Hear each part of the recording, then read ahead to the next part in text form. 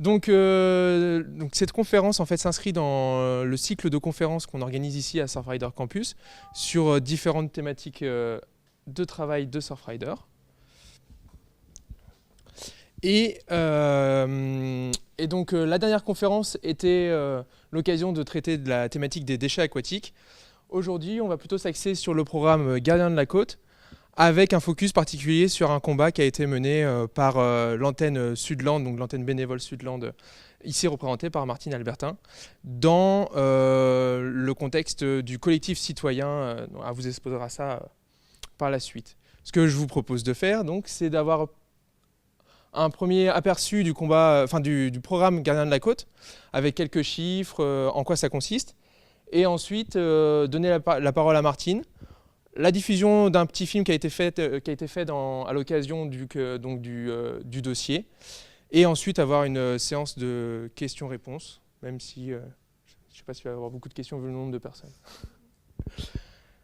Donc alors, qu'est-ce que le programme Gardiens de la Côte? En fait, il s'agit d'un programme au sein de Surfrider, un programme d'activisme et de mobilisation citoyenne en faveur de la protection et de la préservation du littoral.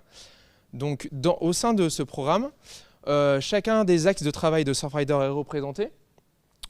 On a donc l'aménagement du littoral, le programme patrimoine et vagues, les déchets aquatiques, transport et infrastructures maritimes, et enfin qualité de l'eau. Donc l'ensemble des axes de travail de Surfrider et des projets, on va dire, de Surfrider sont représentés au sein de ce programme particulier qui donne la voix aux bénévoles et aux citoyens. Pour assurer donc une mobilisation autour de ce programme et un travail, on va dire, efficace, on a différentes ressources qu'on mobilise au sein de l'association. On a d'abord un contact direct donc, qui est constitué d'une équipe GDC avec donc, en tant que responsable moi-même et une personne service civique qui est actuellement Mathilde. Une expertise... Mince, petit problème... Donc une expertise scientifique pour chacun des axes de travail que j'ai mentionné juste avant. Donc aménagement du territoire, aménagement du littoral par exemple, c'est moi-même. Pour les déchets aquatiques, c'est Christina qui a exposé lors de la précédente conférence. Ensuite, on a tout un pôle mobilisation. Donc dans ce pôle mobilisation, on a des chargés de mobilisation et aussi l'ensemble du réseau bénévole donc, constitué par nos différentes antennes locales européennes. Le pôle communication, lui, s'occupe plutôt de la médiatisation autour des dossiers Gardiens de la Côte, relais des pétitions, valorisation par des vidéos, des photos, et sur les réseaux, par exemple sur les réseaux sociaux. Et enfin, une assistance juridique grâce à nos deux juristes, qui sont Antidia et Christina. Alors pour avoir quelques chiffres sur les dossiers Gardiens de la Côte qui ont été traités au sein de Surfrider, nous avons pour le moment, depuis 2008, 49 dossiers gagnés. Actuellement, 35 dossiers sont en cours. Certains sont en cours depuis un nombre important d'années, comme le VARF de la Salie, par exemple, qui a été ouvert depuis 1996. Certains ont été récemment ouverts en 2013. Nous avons 12 cas qui ont été perdus. Et enfin, 6 cas qui sont classés. Dans les cas classés, en fait, on considère les dossiers qui ont nécessité un appui plus important du siège et qui sont devenus une campagne environnementale, ou alors des dossiers où les gardiens ont une perte de motivation ou n'ont pas pu suivre le dossier, et donc le dossier n'a pas pu continuer en fait, sans leur intervention.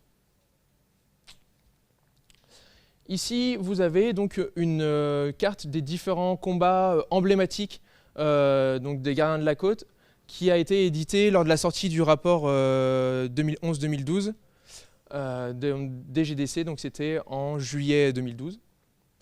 Donc vous pouvez voir que majoritairement l'ensemble des combats se situe sur la frange atlantique, surtout en France, un petit peu de l'autre côté de la frontière en Espagne. Ensuite on en a pas mal en Manche Est, mer du Nord, en Méditerranée aussi, et aussi on est présent dans les dom-toms, donc que ce soit Réunion, Guadeloupe ou Mayotte. Alors, on a une certaine méthodologie qu'on essaye de respecter lorsqu'on a une sollicitation au programme Gardiens de la Côte. Et donc, on évalue différents critères qui sont indispensables pour qu'une personne qui remarque une atteinte à l'environnement puisse saisir Surfrider pour s'investir dans ce combat. Donc tout d'abord, on s'assure qu'on ait un porteur local de projet qui soit motivé et prêt à s'investir dans ce combat, puisque donc le programme Gardien de la Côte fait la part belle aux citoyens et il est acteur de son combat. Nous sommes là qu'en soutien, on va dire en back-office. Ensuite, on s'assure qu'on ait une problématique environnementale qui soit en lien avec les différents programmes que je vous ai présentés de l'association et aussi qui soit cadré par des objectifs et des buts précis. Lorsqu'on a validé une sollicitation Gardien de la Côte, on détermine avec le gardien différents objectifs auxquels on va essayer de répondre pendant le déroulement du dossier pour faire de ce dossier une victoire ou alors pour pouvoir considérer que ce dossier est perdu. Et enfin, de manière on va dire purement administrative, on demande au gardien de pouvoir remplir deux documents qui sont la fiche GDC qui est le document on va dire type de en quoi consiste le dossier, quelle est la thématique traitée, qui sont les acteurs, et une lettre d'engagement qui, comme son nom l'indique, engage le gardien dans sa relation avec Surfrider. Donc là, vous avez un schéma un peu barbare de la méthodologie qu'on essaye du processus qu'on essaye de suivre au sein de Surfrider. Donc on a une atteinte à l'environnement qui est observée. Cette personne-là fait remonter l'information à Surfrider, donc à l'équipe qui est en contact directement avec les bénévoles. Généralement, c'est une sollicitation écrite par mail, le plus souvent, ou alors par le Facebook de Surfrider ou le Facebook Gardien de la Côte.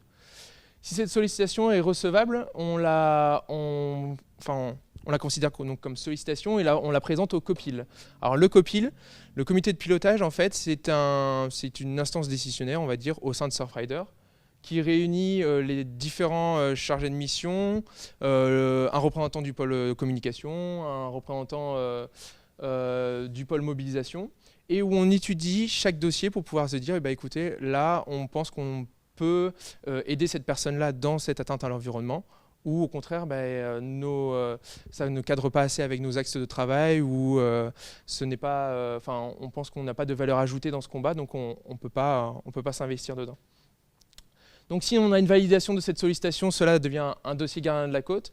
Et si on a un refus de la sollicitation, on essaye toujours de rediriger vers d'autres associations qui sont soit adhérentes du réseau FNE, donc France Nature Environnement, ou d'autres réseaux qui sont partenaires souvent avec nous pour essayer d'apporter quand même une solution à la personne qui nous a sollicité. Et enfin, si je peux vous demander de sauvegarder 2 dates dans vos agendas en ce qui concerne les Gardiens de la Côte, c'est la première quinzaine de juillet, donc dans un mois et demi maintenant. On a la sortie d'un nouveau site web GDC, un nouveau site web donc Gardien de la Côte qui se veut interactif. En effet, les gens vont pouvoir venir contribuer à chaque dossier pour pouvoir donner leur témoignage, contribuer par des photos, par des écrits, par des vidéos, et venir aider le gardien dans son combat, dans la résolution de la problématique environnementale. Chaque combat sera donc mis en lumière par une page spécifique au combat. On va pouvoir avoir l'historique du combat, les différentes thématiques, les différentes actions qui ont été menées pour ce combat, les relais vers les pétitions, ce genre de choses. Et on réitère le rapport qui avait été fait en 2011-2012, donc cette fois-ci sur juillet 2012, juillet 2013, donc, qui fera le point sur l'avancement de l'ensemble des dossiers, sur les dossiers en cours, ceux qui ont été perdus et gagnés pendant ce temps-là. Et on a l'interview de 5 gardiens pour qu'ils nous exposent un petit peu leur ressenti par rapport à leur dossier, un petit peu comme va nous le faire Martine ce soir. Donc voilà, j'en ai terminé pour la présentation, on va dire, succincte et générale du cadre Gardien de la Côte, programme Gardien de la Côte. Et maintenant, je vais donner la parole à Martine pour qu'elle vous expose son combat particulier dans le cadre du collectif citoyen. Merci. Tiens, je te donne la télécommande. Je te mets le... Ouais. Donc, bonjour à tous. Je vais me faire aider par un PowerPoint parce que ce combat a duré 1 année, même un peu plus. Et donc, j'ai peur de manquer des étapes et c'est quand même plus confortable si on a un visuel. Donc, le projet s'appelle Gaz salin des Landes. Donc, l'organisme qui était à l'origine de ce dossier est EDF, que tout le monde connaît. Alors, je vais expliquer en quelques mots le projet, à savoir déjà, est-ce que vous avez déjà entendu parler du projet en règle générale? J'ai des oui, j'ai des non, donc ça va pas être inutile de refaire un rappel. Alors, l'idée de départ du projet, il faut savoir que c'était un projet à gros budget, comme vous pouvez le constater. Et à l'initiative, donc il y a 650 millions d'euros prévus et sur un long terme, puisqu'il y avait déjà à la base 10 ans de travaux. Donc l'idée, pour schématiser, c'était de pouvoir stocker du gaz dans des cavités salines. Ça, c'est l'essence même du projet. Alors pour ce faire, il fallait trouver un terrain propice et c'est ce qui s'est passé donc, dans la région de Pouillon. Il y avait un terrain salin et donc l'idée était de creuser des cavités pour pouvoir stocker ce gaz. Voilà, c'était aussi simple que ça au départ. Donc c'était pas tellement notre problème puisque c'était plus une question énergétique, une question environnementale qui pouvait toucher Surfrider. Mais c'est les moyens qui vont être mis en place pour arriver à ce projet qui ont posé un problème à nous et à bien d'autres personnes. Donc le gros souci de ce projet, enfin qui a retenu notre attention en tant que gardien de la côte, c'est que pour ce faire, il fallait mettre en place 40 km de canalisation qui s'appelle un somoduc. C'est-à-dire que Pouillon, pour vous faire simple, il y a un endroit, l'océan de l'autre côté. Vous allez vous demander pourquoi, mais vous allez très vite comprendre. Et donc, on partait de l'océan, on faisait partir une canalisation de 40 km et elle repartait dans l'autre sens. Donc, ça en faisait 2. Alors, pourquoi faire ? Tout simplement parce que c'est une action mécanique. Il fallait pomper de l'eau et comme c'est une denrée rare et qu'il ne fallait pas toucher à une autre source d'eau que celle de l'océan, entre guillemets, donc il prenait de l'eau de l'océan qui faisait donc le trajet, ça arrivait dans les cavités pour creuser en fait avec un système de pompage et donc cette eau qui était chargée de saumure entre autres repartait dans l'océan. Et c'est là que les deux systèmes étaient une aberration environnementale puisque bon on se sert de l'eau dans l'océan comme si c'était complètement normal et après on rejette tranquillement ce qu'on a dégagé de ces cavités avec tous les produits qui peuvent être associés parce que dans ces somoducs il y avait aussi des produits pour la conservation de somoducs etc. et c'était pas du saumure pur. Saumure c'est un mélange dont la matière principale est le sel. Donc les impacts sont écologiques, bien sûr. Donc un danger pour la faune, la flore marine, tous les rejets qu'on pouvait avoir, le fait d'avoir une atteinte au niveau des dunes, puisque ça passait sous la dune. On était aussi dans des zones de Natura 2000. On traversait des terrains, on s'approchait de nappes. Enfin, il y avait tout un tas de problèmes environnementaux qui se greffaient à ce projet. Et socio-économique aussi, puisque donc toutes les Landes, le sud des Landes, le nord des Landes sont basés sur le tourisme, l'industrie de la glisse. Donc on allait forcément faire quelque part une région sinistrée. Non seulement on allait stocker du gaz, mais en plus on allait avoir ce paysage un peu catastrophique et en plus les rejets dans l'océan. Donc ça c'est pour simplifier. Et en emploi direct, parce que ça a été un des arguments d'EDF, c'est que ça devait amener du travail et ça en faisait que 25 au niveau purement projet à sa source.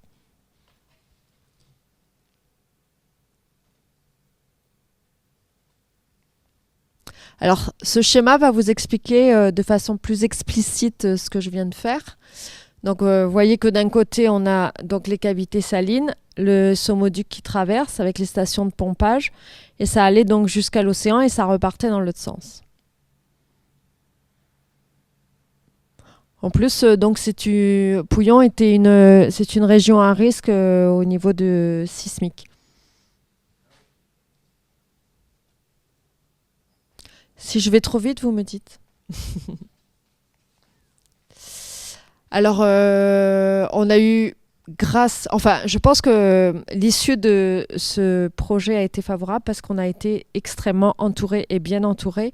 Et c'est vraiment l'objet d'un paragraphe parce que c'est très important.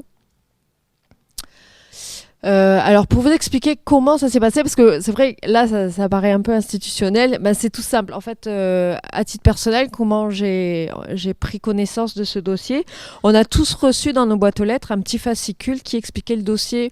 Mais je crois que j'ai pris connaissance de ce dossier bien après. Et en fait, c'est par les débats collectifs qui ont été organisés, parce qu'il faut savoir quand un projet dépasse une certaine somme, on est obligé de faire des débats publics. Et donc c'est pour informer la population. Donc j'ai assisté en tant que personne au départ à un débat public qui s'est produit à Cap-Breton, parce qu'en fait chaque endroit avait une spécificité, c'est-à-dire chaque débat public avait un thème, et quand on était près de la côte, donc ils mettaient l'accent sur l'impact ou les conséquences sur le milieu du littoral, etc. Donc moi je me suis rendue par curiosité au débat public, parce que bon, j'en avais entendu parler, mais c'était pas très clair. Et pendant tous les débats publics, donc on a les personnes d'EDF qui ont des schémas, des tableaux hauts en couleur et un très très beau discours pour nous expliquer que c'était une nécessité nationale, et que on est en plein débat de transition énergétique, et que là il était nécessaire de faire ce projet pour pouvoir faire le lien entre les énergies fossiles et les énergies nouvelles. Donc pour ce faire, il fallait avoir du gaz. Je ne vais pas rentrer dans les détails parce que c'est compliqué, mais en fait, il nous expliquait que il se trouve que c'est dans les Landes qu'on avait le terrain le plus propice, et donc c'est ici que ça se faisait, et puis que s'il y avait des conséquences, il fallait avoir un peu un esprit patriotique et accepter les faits. Donc tout ça était très flou, c'est-à-dire à la limite, ils détournaient toutes les questions qui pouvaient porter des interrogations. Eux, c'était pas leur problème. Ils étaient missionnés pour faire les cavités, pour faire ce projet. Après, le pourquoi du comment, tout ça, c'était noyé. Parce qu'évidemment, il y a plein d'autres sujets qui, au fur et à mesure de ce combat, qui sont apparus en disant d'où il vient, pourquoi, la finalité, les enjeux. Donc tout ça s'est greffé au fur et à mesure qu'on a pris connaissance du projet. Mais quand on était dans le débat public, c'était simplissime. C'était limite scolaire. C'était on va vous faire 2 trous, on va faire un tuyau, voilà. C'est fini, merci. Et là, on s'est retrouvés. Alors, ce jour-là, il y a eu plusieurs... comme ce n'était pas le premier débat public, il y a eu plusieurs corps de métier, comme les pêcheurs, qui ont commencé à protester. Je crois qu'il y avait déjà les Amis de la Terre qui se sont manifestés. Et là, j'ai aussi pris la parole, parce que tout d'un coup, j'étais plus seulement citoyenne. Je me suis dit, il faut que nous... il se trouve que là, c'est spécial, puisque le gardien de la côte, je suis aussi responsable de l'antenne Sudland. Donc je me suis dit, je ne peux pas laisser passer ça. J'ai pris la parole, mais de façon très simple, en disant, mais là, vous êtes en train de nous dire qu'on n'a pas le choix. Vous êtes en train de nous annoncer un futur qui va nous être catastrophique. Et ils tournent toujours, après, c'est leur métier, hein, c'est des pros de la com. Hein, ils tournent toujours le problème à dire, oui, mais c'est minime par rapport aux bénéfices que la France peut avoir via ce projet. Voilà. Donc, en gros, pour les personnes sur qui on a pu compter, ça a été le collectif citoyen. Alors, le collectif citoyen, ce sont des personnes... Si je n'avais pas été dans le cadre de Surfrider, j'aurais probablement été comme eux, c'est-à-dire ce sont des citoyens un peu plus militants que les autres, qui se sont reconnus à travers des questionnements, parce qu'ils allaient régulièrement au débat public, et qui se sont mis à se fréquenter et à dire, on ne peut pas laisser passer ça, on va faire un groupe, et c'est un collectif citoyen qui est né de cette façon. Et c'était assez drôle parce que pour vous donner une idée de l'ambiance, quand il y avait des débats publics, à la fin, ils avaient organisé par exemple des soupes populaires. Donc il y avait des tables très tôt parce que c'était l'hiver, ça commençait en octobre-novembre. Et donc ils étaient là avec leur soupe après le débat et tout le monde parlait. Et ça, c'était une énergie énorme. Et je pense que c'est ce qui nous a tenus pendant tout le long du combat. C'est qu'il y a eu cette dynamique et cette énergie commune. Ensuite, il y a au niveau plus institutionnel, on a eu le soutien des Amis de la Terre, Césaire, Comité national des pêches, la CEPANSO. Enfin, il y en a eu plein, donc je m'en rappelle plus avec exactitude. Et le gros intérêt de ça, c'est que chacun était compétent dans ce qu'il faisait.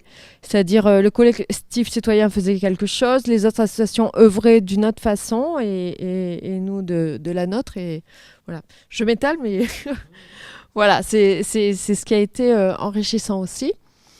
Et dans un second temps, on a fait aussi appel à Eurocima, qui est l'association qui regroupe les entreprises de la glisse, parce que c'était quand même un gros morceau dans le débat, à savoir que si vraiment ça se produisait, ce projet, les personnes allaient un peu déserter la région et le domaine du surf et de la glisse, comme on est quand même assez représentatif, allait en pâtir.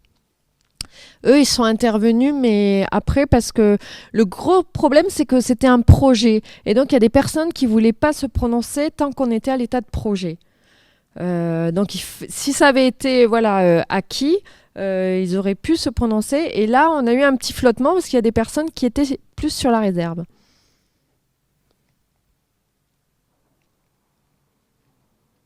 Donc le combat, on revient rapidement. Donc c'était évidemment le saumon-du qui était le gros problème de base, les rejets en mer.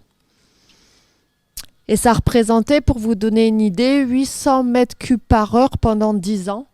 Et la distance était à 1,5 km des côtes. Donc quand on nous disait que ça n'avait pas d'incidence, on avait du mal à le croire quand même. Hein.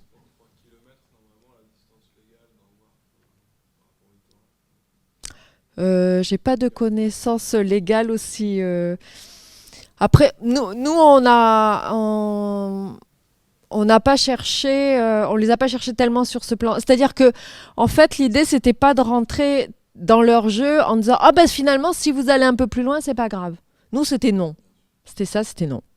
Et c'était tout le souci aussi dans les débats publics, c'est comme ils arrivaient à trouver des réponses à certaines questions ou à dire ce sujet est à l'étude, donc on noyait le poisson, alors que nous on voulait même pas être assurés sur le projet, on ne voulait pas qu'il ait lieu, tout simplement. Donc on a passé énormément d'informations. Donc on est intervenu sur tous les débats publics dans lesquels il a été possible d'intervenir. On a relayé l'info sur les réseaux sociaux, par mailing. On a eu des médias qui se sont intéressés à notre problème, donc des médias nationaux. On a même eu un reportage sur TF1, quand on a été assez surpris de les voir arriver. Mais en fait, si vous voulez, ça a été un peu,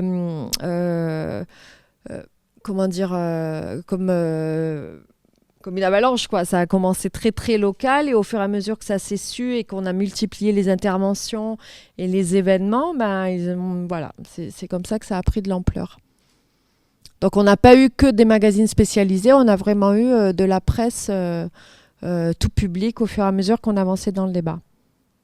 Et qui devenait populaire, parce qu'il a vraiment été populaire dans un second temps. Donc on a assisté, comme c'est inscrit dans les débats publics de septembre à janvier. Donc il y en a eu 15. Donc Surfrider Europe a été fort, comme on vous l'a expliqué, sollicité, puisqu'il a fallu avoir un document, enfin on a demandé à ce qu'il y ait un document, ce qu'on appelle un cahier d'acteurs dans les débats publics qui soit édité, pour montrer notre engagement et notre opposition à ce projet. Voilà. Alors, on s'est associé au collectif citoyen pour faire une campagne. C'était vraiment le clou de notre réussite, l'information. parce que plus on tenait les personnes informées, plus les politiques se sentaient impliqués, puisque c'est aussi une décision politique. Et là, la balance a commencé à vaciller, puisque à partir du moment où voilà, les personnes demandaient des comptes à leurs propres élus, ça prenait une autre dimension.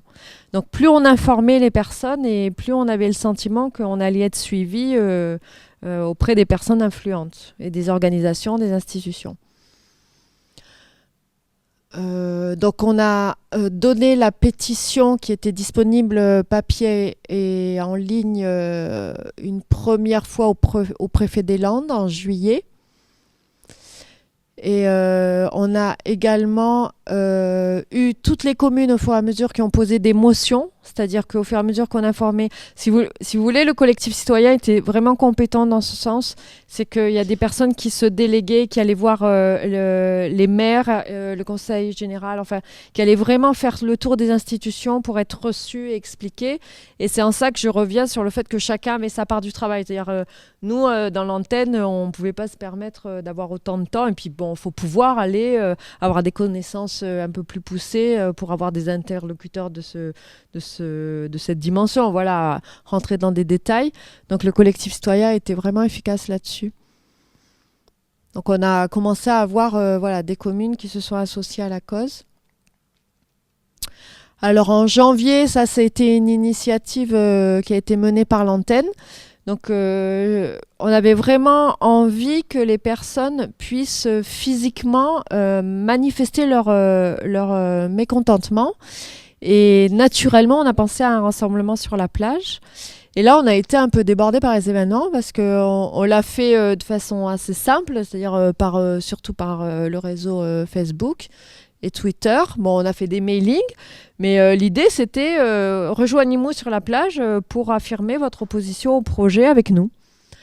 Et pour la petite histoire, donc comme on était quand même suivi par les renseignements généraux depuis le début, on avait annoncé gentiment qu'une centaine de personnes allaient se trouver sur place et il y en a eu plus de 700 sources officielles. C'est-à-dire qu'on était sur place. Voilà, ils nous ont bien renseignés, mais pour vous dire que c'était le minimum de personnes qui est réellement arrivé, parce qu'il y a toujours un décalage, voilà, c'est une autorité publique. Et là, c'était vraiment compté de cette façon. Il y a eu plus de 700 personnes qui sont arrivées sur la plage. Il faisait un temps épouvantable. Et toutes les personnes sont vues. Ça a fait l'objet de pas mal d'articles de presse, cette photo et l'article qui s'associait. Et je pense que là, on a gagné, nous, antenne locale, et par rapport aux Gardiens de la Côte, en crédibilité, parce qu'on a vu qu'on était écoutés et que les gens étaient prêts à se déplacer. Voilà, c'était un dimanche pluvieux d'hiver pour dire juste non. Et ça vous donne une énergie qui est vraiment positive, quoi, de dire, voilà, on n'est pas tout seul, c'est pas que du vent, il y a plein de personnes concernées. C'était vraiment une date importante pour nous. Alors, le collectif citoyen a mis en place un rassemblement le 1er avril à Vieux-Boucau et a élargi un peu le débat, a mis l'accent sur les alternatives à ce projet, parce que c'était bien de dire ok, on n'en veut pas, énergie fossile, etc. Il y avait X raisons, en plus des conséquences écologiques. Mais on voulait aussi donner d'autres solutions et prouver que ce n'était pas une nécessité, comme EDF était en train d'essayer de nous faire, de nous persuader, on va dire. Donc là, ça a duré toute la journée. C'était une énorme organisation. Il y a eu pas mal de bénévoles qui se sont associés à ce projet, d'énormes moyens de communication. Et de notre côté, on a participé à l'organisation générale et on s'est occupé plutôt du coin enfant, en plus d'intervenir de temps en temps avec les personnes présentes. Ensuite, en mai, c'est là qu'on a voulu relancer le débat avec Eurocima. Donc, comme on avait l'impression qu'ils n'étaient pas tellement concernés, on a fait une réunion qui leur était destinée en particulier. Donc ça s'est passé à ce moment-là. Et c'est de cette façon qu'ils se sont prononcés contre, c'est-à-dire qu'ils se sont consultés et qu'ils ont pu dire que l'industrie de la glisse était contre le projet pour les conséquences qu'on connaît. Ça va, je ne vais pas trop vite, c'est clair? Pas de questions particulières?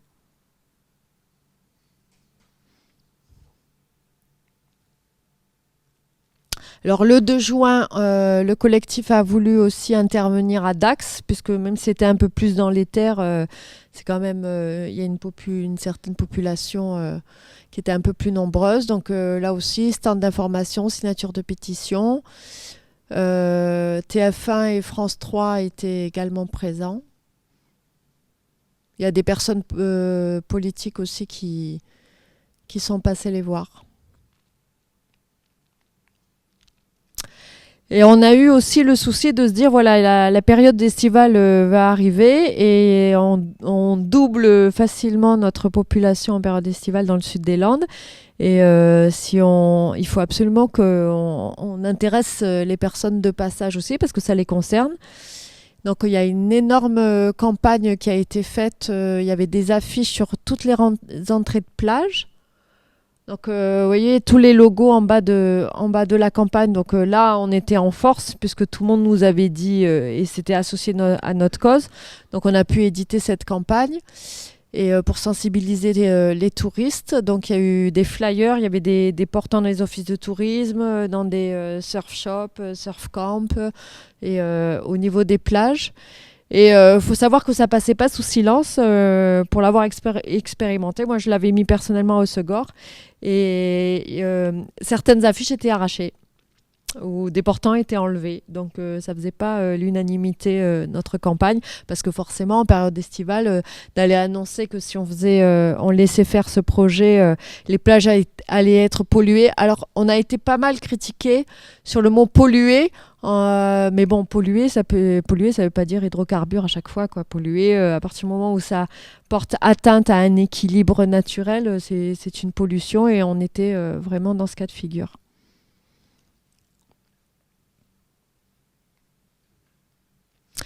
Et donc, là, il se passe presque un an. Ça a l'air d'aller vite, mais il se passe presque un an. Et techniquement, en fait, pour vous donner une idée de ce que ça représente, on avait une réunion à peu près toutes les semaines ou toutes les 15 jours. Donc, c'est pas un petit engagement, quoi. C'est vraiment une énergie et un travail de groupe qui a été énorme. Et à chaque fois, l'idée, c'est qu'il fallait pas faire retomber la pression tant qu'on n'avait pas la certitude. Parce que pendant ce temps, le projet continuait. C'est-à-dire qu'à Pouillon, il y avait des tests qui étaient faits encore il y avait une vraie structure, il y avait une mise en place qui était faite, il y avait des tests qui étaient faits qu'on appelle des carottages dans le sol. Donc eux continuaient. On n'avait pas la réponse définitive, mais eux ont continué leur bonhomme de chemin sur ce projet. Donc tous les 2 mois, il fallait absolument qu'on ait un rappel auprès de la population en disant c'est pas fini, parce qu'il y a des bruits qui couraient à partir du moment où il se passait plus rien en disant ça y est, c'est acquis ou c'est fini. Donc les personnes n'imaginaient pas ce qui se passait si on mettait pas une couche à chaque fois sur l'information. Et c'est là qu'on a eu l'idée d'intervenir sur le Quick Silver Pro, qui est donc une étape du circuit mondial de surf, qui est over médiatisée. Et on s'est dit, il faut qu'on y soit, il faut qu'on nous voit, il faut qu'on en parle. Et donc l'idée a été d'être un peu plus dans l'événementiel visuel, puisqu'on n'allait pas forcément avoir la parole. Donc on a débarqué sur le site habillé comme vous pouvez le voir en combinaison avec de la doc et avec donc le message non rejet en mer. Et ça a été pas mal photographié, ça a été pas mal relayé, mais en tout cas même si ça n'avait pas une grosse incidence, ça voulait dire qu'on existait encore et que le projet il n'y avait pas de terme à ce projet et qu'il fallait continuer à signer la pétition et à être présent. Il y a eu une petite intervention aussi auprès de Canal+, qui était là. Et enfin, on a fait une campagne via Eurocima, en partenariat avec Eurocima, qui voulait apporter un petit peu sa pierre à l'édifice. Donc, ils ont édité l'autocollant que vous pouvez voir. Donc c'était voilà, une façon de marquer leur opposition et vous remarquerez maintenant que vous l'avez vu qu'on a toujours l'autocollant même si l'issue est celle qu'on connaît. Et c'est là que l'idée nous est venue, on a pris le relais et c'est un peu, quand je parlais de travail de groupe, voilà, quand Eurocima a sorti l'autocollant, nous à l'antenne on se dit bon, cet autocollant c'est bien, il existe, mais il faut en faire encore quelque chose et vous allez voir ce qu'on en a fait. Donc la première étape ça a été de demander à des people entre guillemets, des sportifs de montrer leur opposition avec cet autocollant. Donc voilà, Liane Curren, Rob Machado, Benjamin Sanchis qui sont dans le surf et moi. Je suis pas une people mais j'étais dedans. Et donc on a fait un certain nombre de photos avec cet autocollant parce qu'on avait une idée derrière la tête. Et l'idée c'était de faire une vidéo. Et donc c'était un des moyens qu'on n'avait pas encore utilisé. Comme on est quand même à l'ère de l'image et du buzz sur Internet, on s'est dit qu'il fallait jouer aussi cette carte-là. Donc on a eu un budget qui nous a été alloué par Surfrider Europe pour cette idée-là. Donc on a fait avec très peu de moyens, mais pas mal d'idées et d'énergie. Et donc pour faire une soirée avant-première, on a donc créé une soirée pour le lancement de la vidéo. À savoir que cette vidéo a été vue près de 22 000 fois, 18 000 fois sur YouTube et 4 ou 5 000 sur Vimeo. Et à chaque fois, donc, ça nous servait aussi de support pour la pétition. Puisque à chaque action qu'on a faite, l'idée c'était venez signer la pétition pour montrer donc qu'il y avait encore des choses à faire de ce côté-là.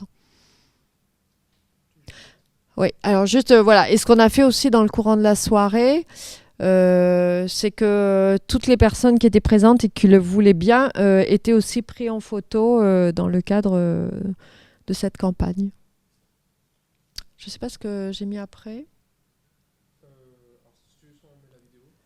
Non, oui. Je sais. Non, mais vas-y, puisqu'on en parle.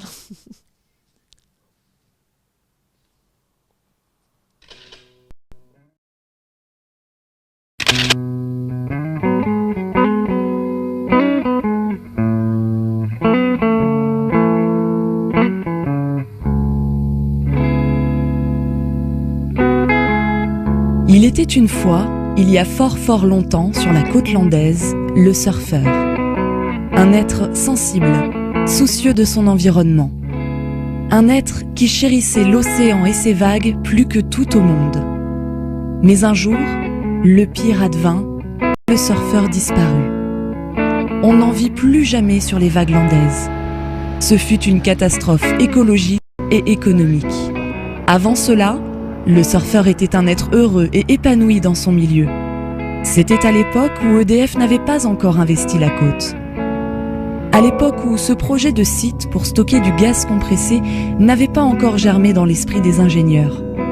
À l'époque où il n'était pas encore question de créer une canalisation de 40 km qui permettrait d'un côté de puiser de l'eau de mer et de l'autre d'y rejeter les résidus de forage, la saumure. Cette saumure porteuse de tous les maux, celle qui détruira alors la faune et la flore, doucement, insidieusement, sournoisement, jusqu'à leur disparition complète. Le fléau auquel n'échappa pas le surfeur landais.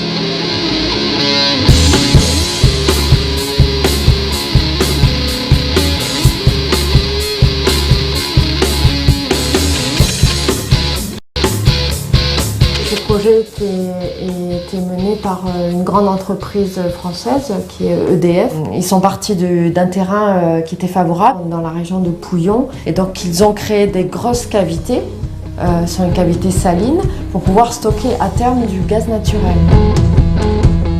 Il y a une résistance qui s'est faite, il y a un collectif citoyen qui s'est créé, il y a des associations comme la nôtre qui se sont greffées à ça.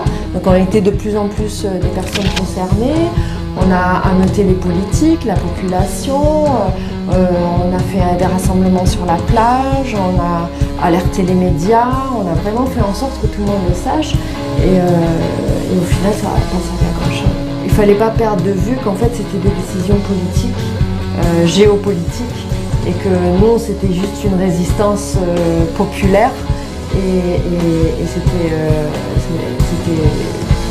pas équitable en fait.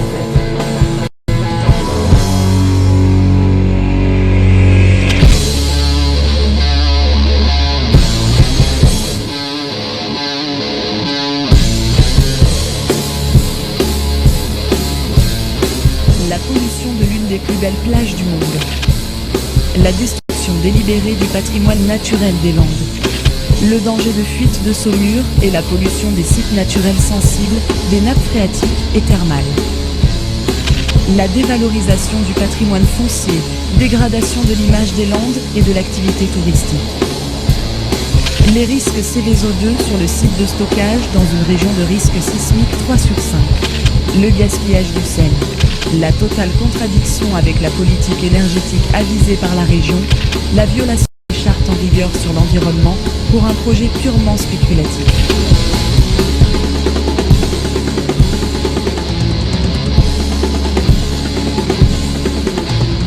Ce scénario n'est pas une fatalité. Nous avons les moyens de changer les choses.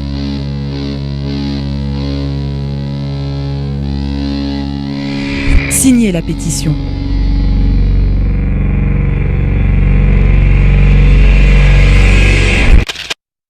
Donc ça a été une belle réussite pour nous d'avoir réussi en si peu de temps, enfin je pense qu'elle est assez claire, à passer le message, puis voilà, que ce soit vivant et que ça concerne toutes sortes de personnes.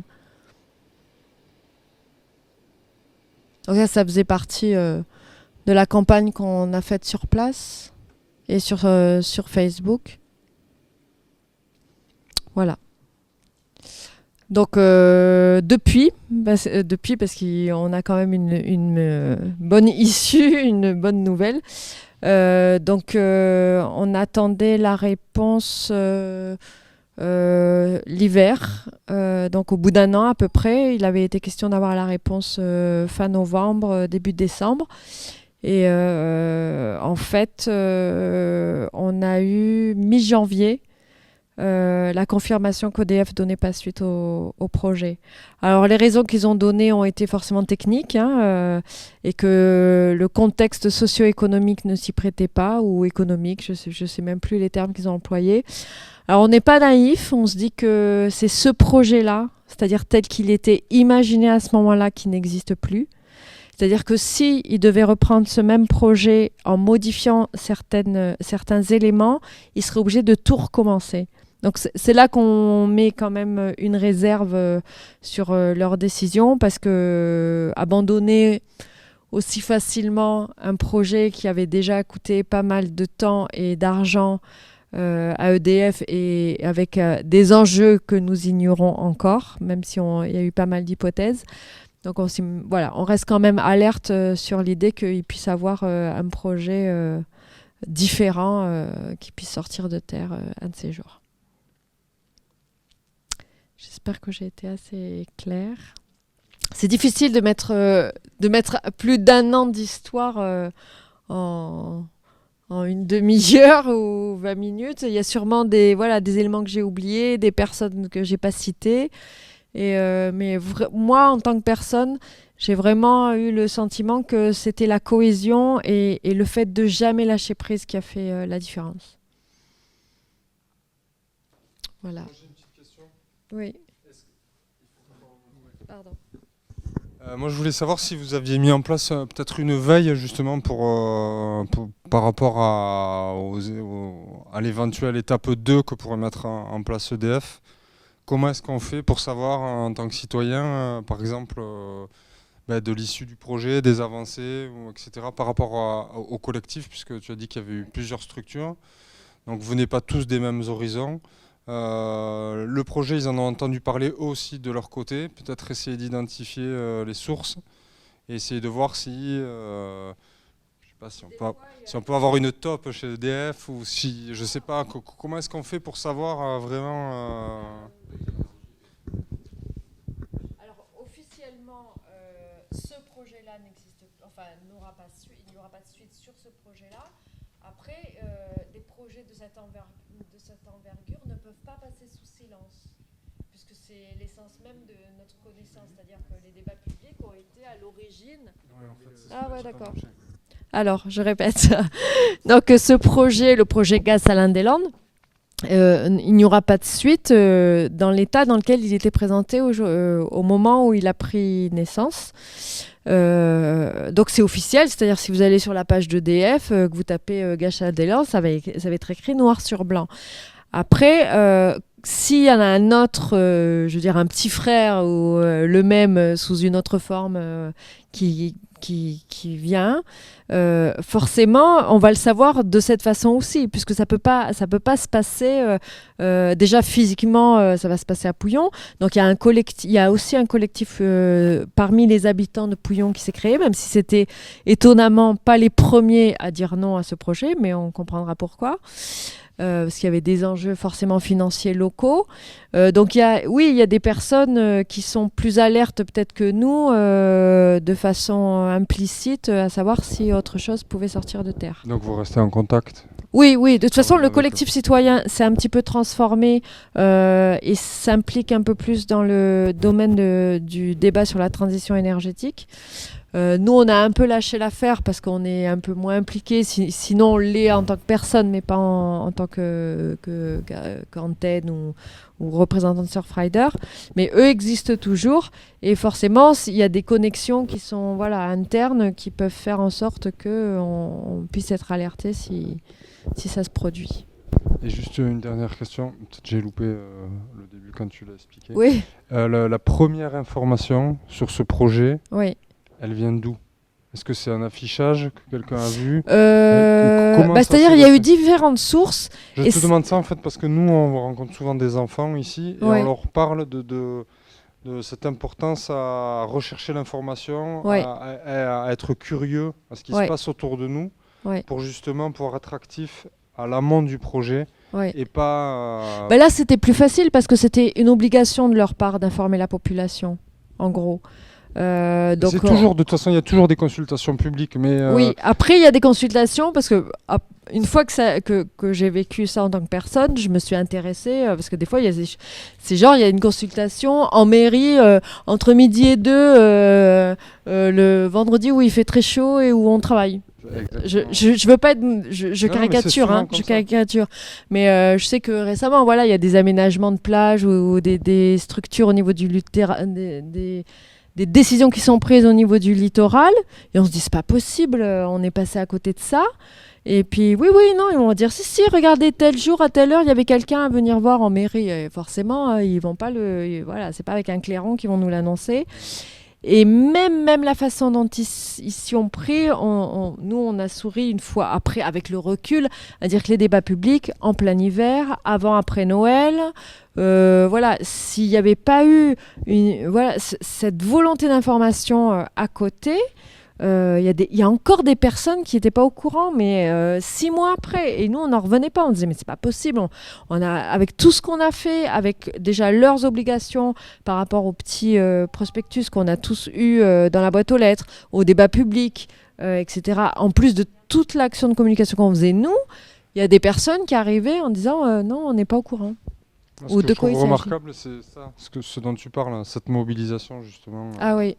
Et en fait, ça a fait vraiment comme une pierre qui roule, quoi. Ça a été à chaque fois, on a voulu impliquer, on rassemblait les personnes qui étaient concernées pour vous dire, par exemple, simplement ce que ça peut représenter. Quand on était à la Quick Pro, qui est quand même bien ciblé, surfeur, domaine de l'Église, etc., il y avait un pêcheur qui avait pris son bateau et qui était au large de la compète avec le drapeau non au Gaz Salins-des-Landes, mais il était trop loin pour qu'on le voit. Mais c'était juste une solidarité supplémentaire de dire, nous, on a fait une photo, on l'a mis sur notre page Facebook, etc., en disant on n'était pas tout seul, il y avait le pêcheur, mais c'était symbolique aussi de dire c'est pas que l'affaire de 3 excités ou 3 écolos qui ont envie de faire le buzz. Non, on était tous concernés. Et c'est là aussi qu'on a été impliqués parce que c'était monsieur, madame, tout le monde, quoi. On était en train de dire, ouh, vos enfants, ils vont vivre soit à côté de réserves avec du gaz, soit ils vont aller dans l'eau, puis là où il y a toutes ces tonnes de saumure qui sont déversées, les pêcheurs pourront plus pêcher. Nous, ça va devenir une zone sinistrée parce que personne n'aura envie de venir ici quand ils sauront ce qui se passe. Voilà. Et là, on a eu vraiment dans les débats publics de tout. Et l'erreur, entre guillemets, après, je suis pas une pro de la com et je sais pas si ça a joué dans la balance, mais l'impression que j'ai eue, c'est que les Landes, quand on regarde sur la carte, pareil, il y a 2 pelés, 3 tondus, ils doivent pas... Enfin, la caricature, c'est dire, voilà, il y a des surfeurs, il y a des agriculteurs, il y a des forêts de pins, ça a passé comme une lettre à la poste. Et quand on assistait au débat public, on avait des gens super calés qui répondaient aux experts ou aux professionnels d'EDF qui disaient... parce qu'eux, ils avaient le géologue, le machin, enfin des spécialistes dans la salle pour se couvrir de toutes les questions qu'ils pouvaient avoir. Pardon ?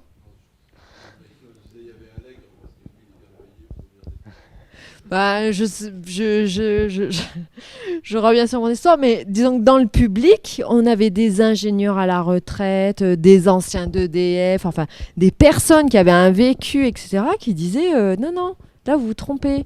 Et ça, du coup, ça déstabilisait complètement leur discours parce qu'ils pensaient faire un discours routinier alors qu'ils réadaptaient à chaque débat public. Nous, on le savait puisqu'on passait d'un débat public à l'autre.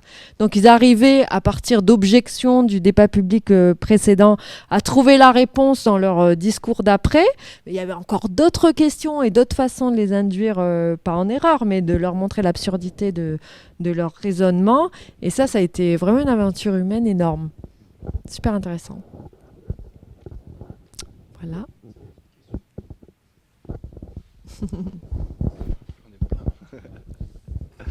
Non, moi j'ai.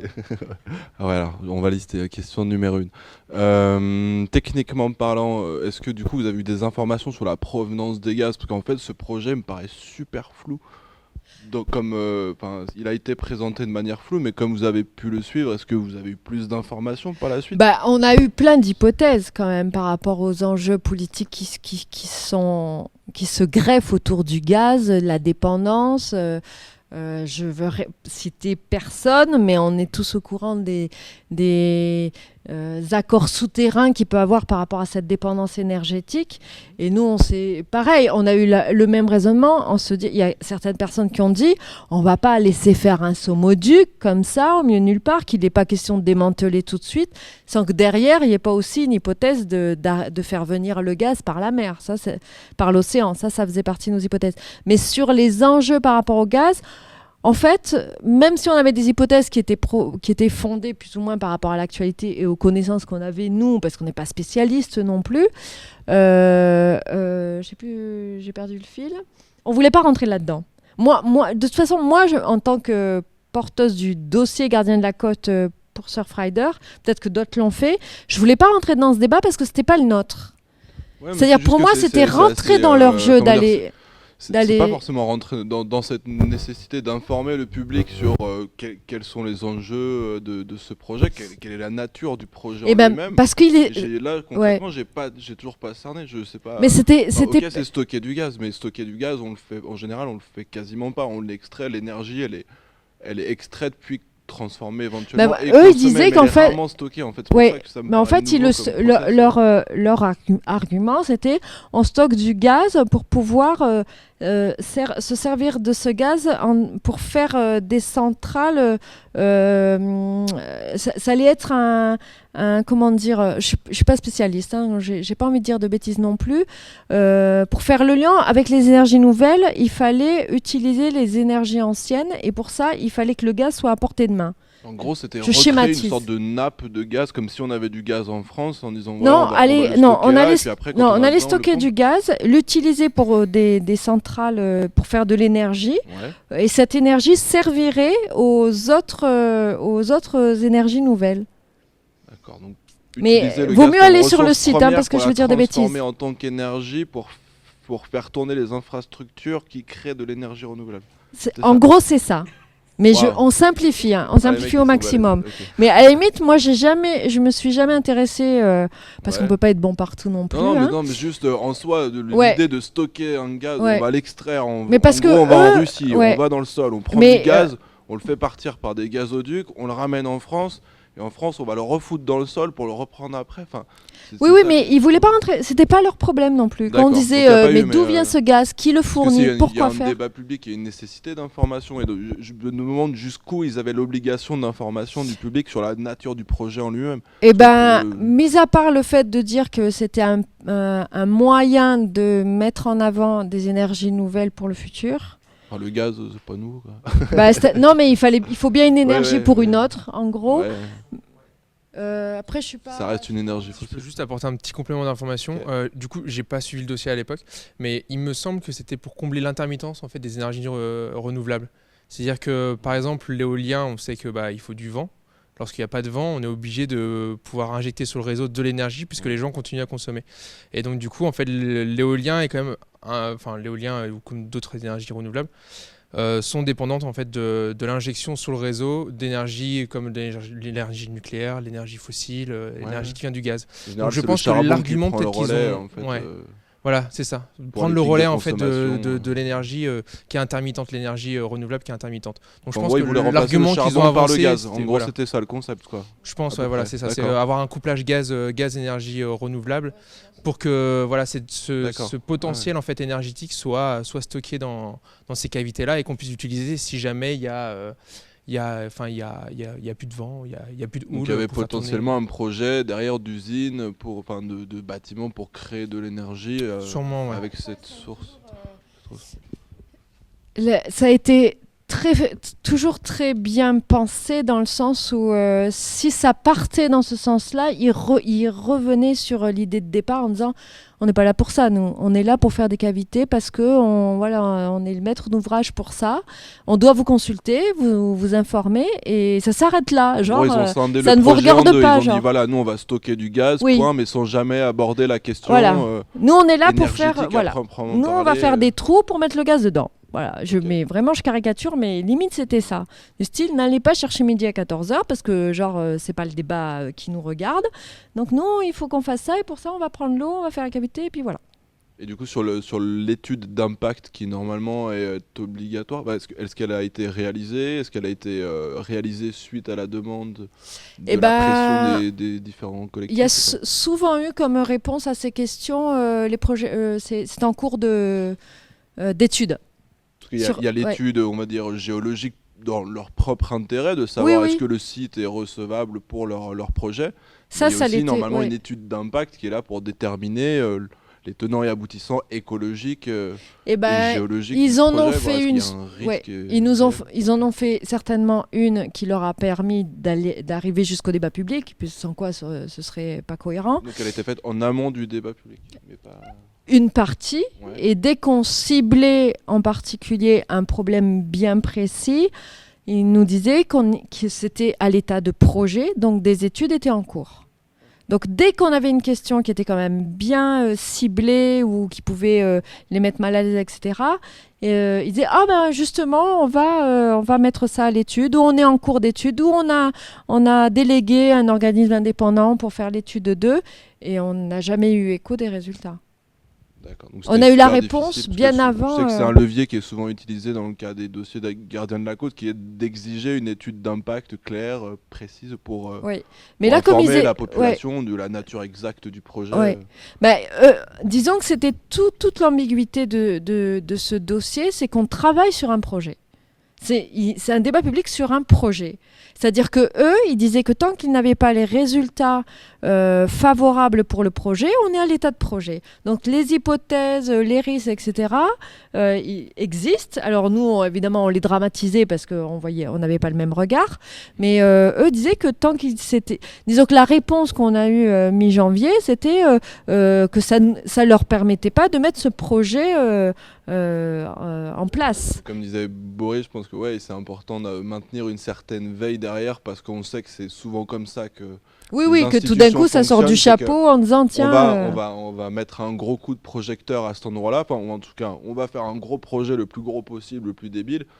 On va voir derrière, est-ce que ça prend pas, est-ce que ça Ouais. va crier ou pas. Si ça passe, on continue, c'est fantastique. Si ça coince un petit peu, bon, on repart à droite. Oui, quoi. oui, genre on a fait sortir tous les lièvres, on Voilà, va c'est aller bon, voir allez, ce qui se passe de vas-y, l'autre côté. regarde là-bas, Ouais. je te la mets par là-bas. Concrètement, c'est souvent Oui, comme non, ça mais que ça c'est se passe. sûr. D'où la nécessité, je pense, de maintenir un certain niveau de vigilance Ouais. et de voir des Ouais. relations avec... Bah, il y en a toujours, nous, surtout le collectif citoyen, il y avait tellement d'horizons différents qu'ils ont sûrement ces connexions. Bon, nous, c'est un peu plus modeste, donc on est toujours en relation, c'est pas le souci. Mais on a d'autres dossiers qui nous arrivent, donc on est obligé de les traiter. Mais c'est vrai que s'il faut y retourner, on y retourne. Mais il faut vraiment prendre conscience que, je veux dire, ça prend vraiment un an de sa vie, quoi. Hein. On le fait pas qu'à moitié, hein.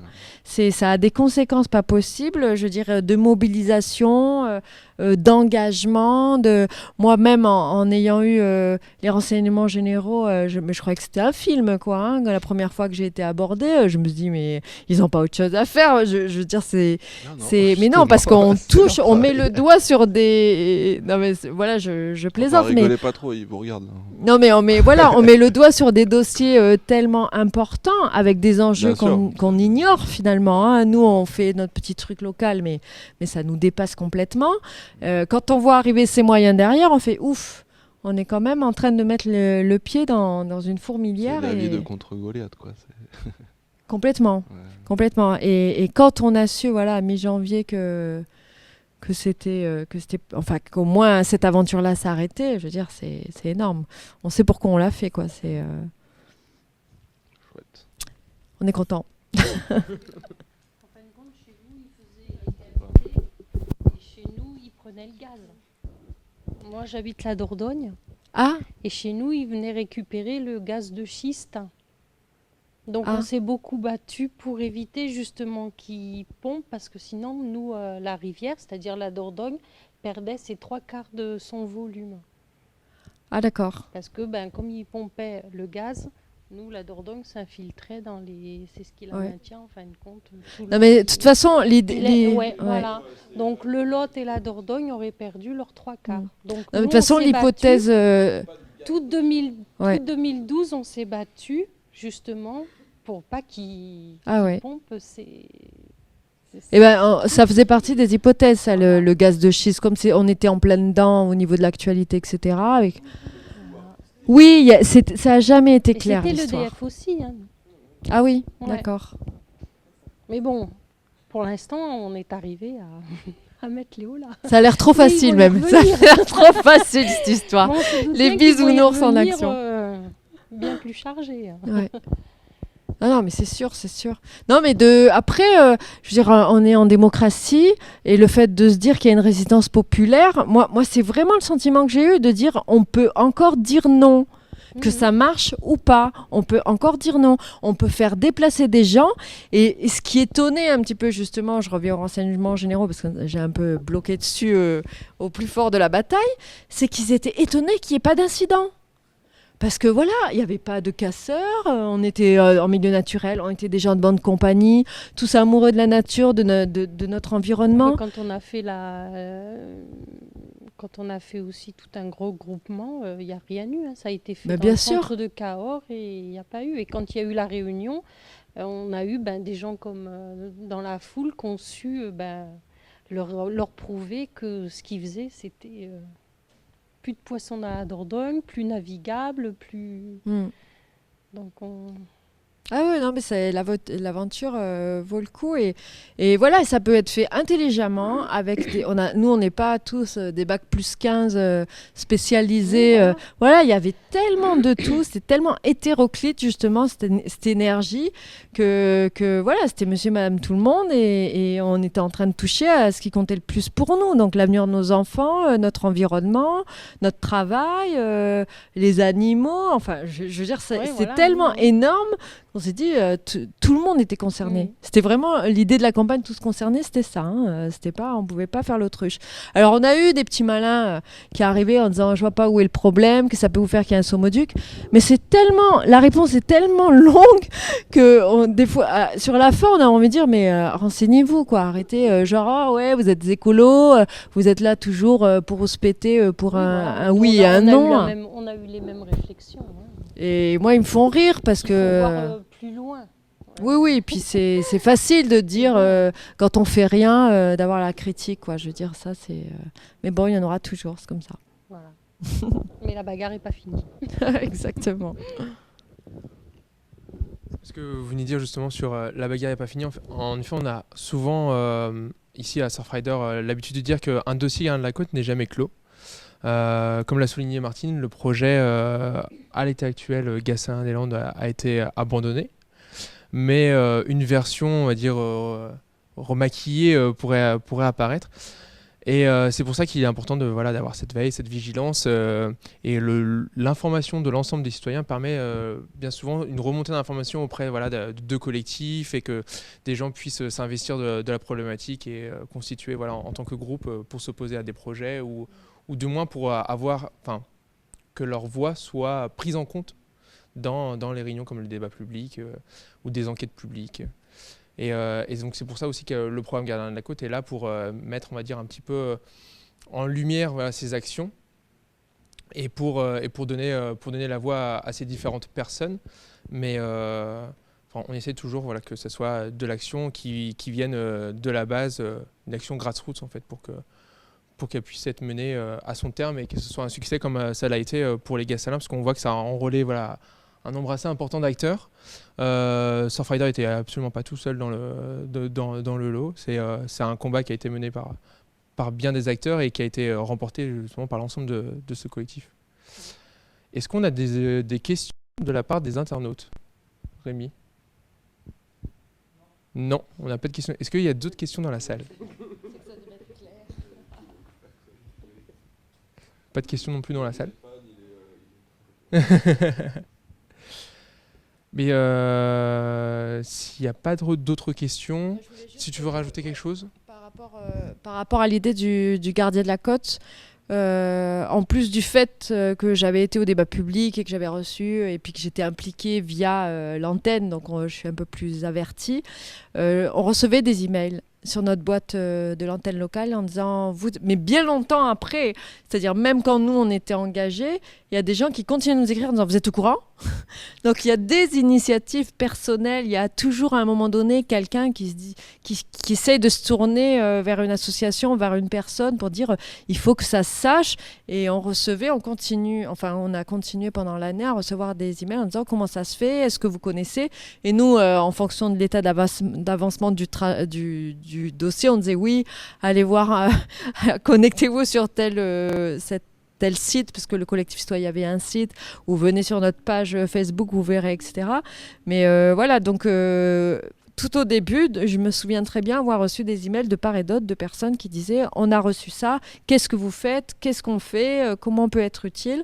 Et c'est vrai que d'exister en tant que gardien de la côte ou en tant qu'antenne locale, ça valide, ça répond à cette demande de dire tout seul on n'arrive à rien, et quand on est plein de personnes concernées, on peut aboutir à une victoire.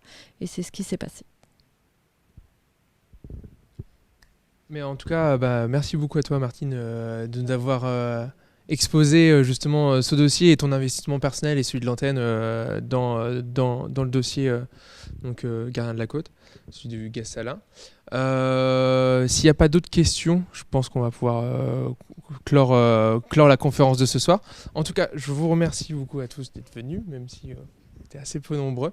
La prochaine conférence est prévue pour le moment en novembre, donc ça fait une date qui est un petit peu éloignée, mais on va essayer de proposer du contenu entre les deux dates.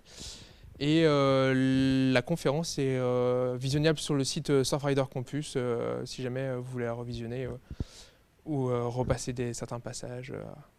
Voilà. Et n'hésitez pas à nous contacter si vous êtes intéressé par le programme Gardien de la Côte, si vous voulez vous investir et si vous avez remarqué une atteinte environnementale. une artificialisation, une pollution de l'eau. Le contact est contact@gardiendelacôte.com. C'est assez simple. Voilà, moi je vous remercie.